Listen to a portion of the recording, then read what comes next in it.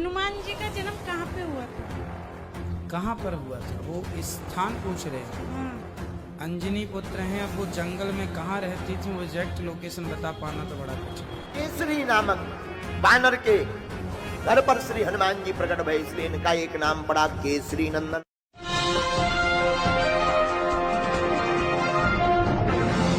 साथियों नमस्कार, मैं हूं नीरज पटेल और आप देख रहे हैं नेशनल जनमत। नेशनल जनमत के इस विज्ञान दरबार में आज हम एक नहीं बल्कि तीन कथावाचकों, धर्म के ठेकेदारों तथा कथित धर्म के रक्षकों के ज्ञान का पोस्टमार्टम करेंगे। और ज्ञान किस विषय पर?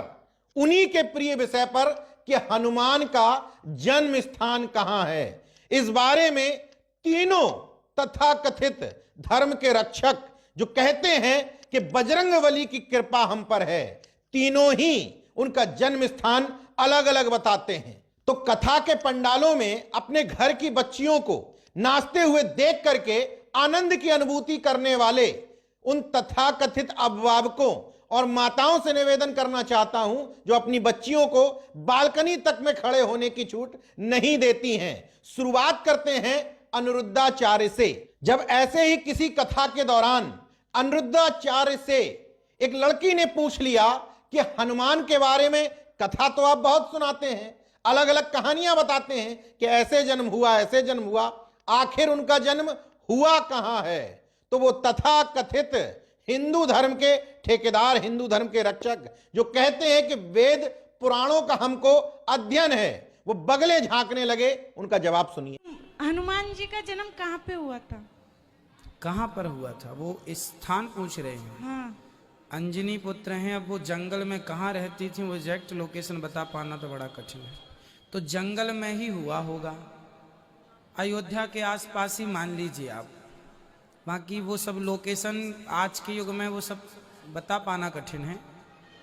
मतलब अनिरुद्धाचार्य के हिसाब से हनुमान का जन्म यहीं कहीं जंगल में हुआ होगा, या उन्होंने तुक्का लगाते हुए कहा कि चूंकि अयोध्या में राम जन्मभूमि कही जाती है तो उसी के आसपास हुआ होगा।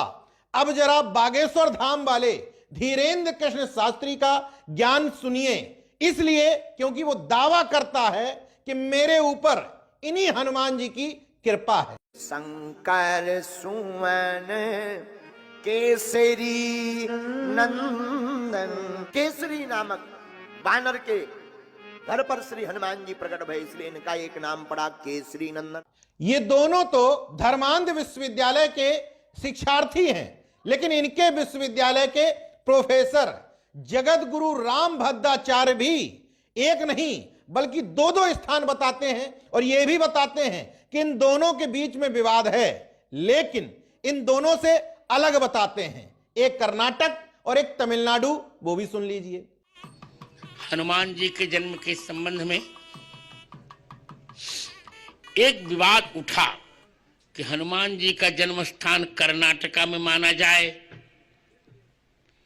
या तिरुमला में माना जाए। यदि आपको बहुत चिंता है तो कर्नाटका में मान लीजिए, पर शास्त्रों के प्रमाण की बहुलता तिरुमला में ही है। अब मैं तो पाखंड का पुजारी हूं नहीं, विज्ञान का विद्यार्थी हूं, इसलिए इस बारे में जानकारी नहीं रखता और ना ही रखना चाहता हूं। लेकिन तथाकथित तनातनियों से पूछना चाहता हूं कि आपके ये तीन स्वयंभू हिंदू धर्म रक्षकों में सही कौन बोल रहा है? अब तीनों अलग अलग बात बता रहे हैं, इसका मतलब कोई तो है जो झूठ बोल रहा है। तीनों के ही बड़ी संख्या में फॉलोअर हैं, तीनों ही बताते हैं कि वेद पुराण शास्त्रों का अध्ययन हमने किया है, तीनों ही बताते हैं कि हम जो भी कहते हैं वो शास्त्र सम्मत बात करते हैं। अब तीनों में शास्त्र सम्मत बात कौन कर रहा है? अनिरुद्धाचार्य कह रहे हैं यहीं अयोध्या के आसपास कहीं हुआ होगा, दूसरे बागेश्वर धाम वाले कह रहे हैं केसरी नामक बानर के घर हुआ होगा। घर कहां है पता नहीं। और रामभद्राचार्य तिरुपति देवस्थानम बोर्ड के एक कार्यक्रम में बैठ करके ये विवाद सुलझा रहे हैं कि हनुमान का जन्म कर्नाटक में हुआ था या तमिलनाडु में। अब इन तीनों को सुनने के बाद जब आप गूगल पर सर्च करते हैं तो समझ में आ जाता है सब कुछ झूठ है, मिथ्या है, भ्रमजाल है। दरअसल इन कथावाचकों का कोई निश्चित सिलेबस नहीं है, ना इनको यह बताना है कि जो मैं बता रहा हूं ये कौन से पुराण में लिखा है, कौन से वेद में लिखा है, कौन से शास्त्र में लिखा है। उठ करके आओ, अपने मन से अपना ज्ञान बताओ, आपके अंधभक्त उसको उसी रूप में स्वीकार कर लेंगे।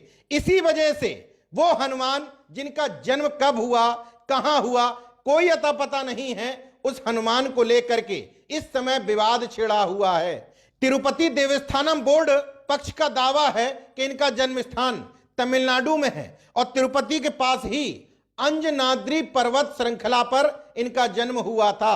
वहीं दूसरे पक्ष का कहना है कि कर्नाटक के पास बेल्लारी जगह है, उसके पास है किष्किंधा क्षेत्र, मतलब बानरों का साम्राज्य, वहां हनुमान का जन्म हुआ था। एक तीसरा पक्ष भी है, वो दावा करता है कि झारखंड के गुमला नामक स्थान पर हनुमान का जन्म हुआ था। खुद को स्वयंभू 2 वेदों से लेकर के 4 वेदों तक का ज्ञाता बताने वाले द्विवेदी, त्रिवेदी, चतुर्वेदी जैसे लोग ये डिसाइड नहीं कर पा रहे हैं अभी तक उन शास्त्रों के हिसाब से, वेदों के हिसाब से कि हनुमान का जन्म हुआ कहां था। उस विवाद में अनिरुद्धाचार्य का भी नाम जुड़ सकता है। उन्होंने दावा कर दिया कि अयोध्या के पास कहीं हुआ होगा, मुझे कोई पता नहीं है।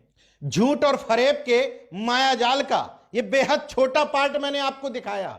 अगला पार्ट जरूर देखिएगा, उसमें मैं बताऊंगा कि हनुमान का जन्म हुआ किस तरीके से है।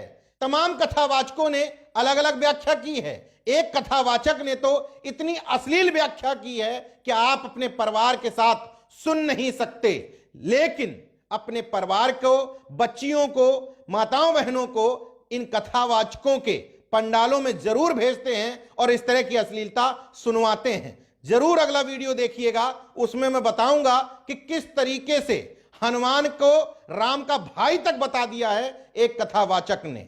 देखते रहिए नेशन जनमत, जागरूक और सजग बने रहिए। जय विज्ञान, जय संविधान, जय लोकतंत्र। धन्यवाद।